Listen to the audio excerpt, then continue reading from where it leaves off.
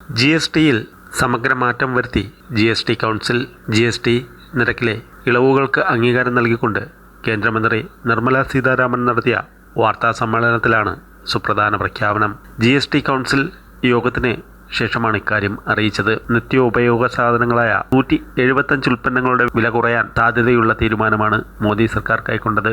വസ്ത്രങ്ങൾ, ചെരുപ്പുകൾ, tooth paste, soap, tooth brush എന്നിവയുടെ വില കുറയും. പനീർ, നെയ്, ചപ്പാത്തി തുടങ്ങിയവയ്ക്ക് നികുതിയില്ല. നിത്യോപയോഗ സാധനങ്ങൾ പലതിനും 5% GST ഏർപ്പെടുത്തിയത്. GST കുറയ്ക്കുമെന്ന പ്രധാനമന്ത്രി നരേന്ദ്രമോദിയുടെ വാക്ക് പാലിച്ചുവെന്ന് നിർമ്മല സീതാരാമൻ പറഞ്ഞു.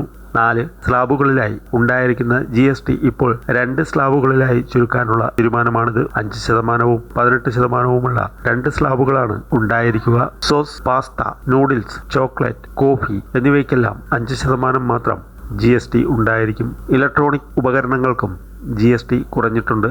TV, washing machine, solar cooker, solar water heater എന്നിവയും മോട്ടോർ സൈക്കിൾ, ചെറിയ കാറുകൾ, മാർബിൾ, ഗ്രാനൈറ്റ് എന്നിവയ്ക്കും GST കുറയും. രാസവളം, കീടനാശിനി എന്നിവയ്ക്കും വില കുറയും. 32 ഇഞ്ച് വരെ TVകൾക്ക് GST 18% GSTയിൽ ഘടനാപരമായ മാറ്റങ്ങൾ വരുമെന്ന് നിർമ്മല സീതാരാമൻ പറഞ്ഞു. ജീവിത ചെലവ് കുറയ്ക്കുന്ന സുപ്രധാന പ്രഖ്യാപനമാണ് ഉണ്ടായിരിക്കുന്നത്. സാധാരണക്കാരുടെ ജീവിതം മെച്ചപ്പെടുത്തുക എന്ന ലക്ഷ്യത്തോടെയാണ് കേന്ദ്ര സർക്കാരിന്റെ തീരുമാനം.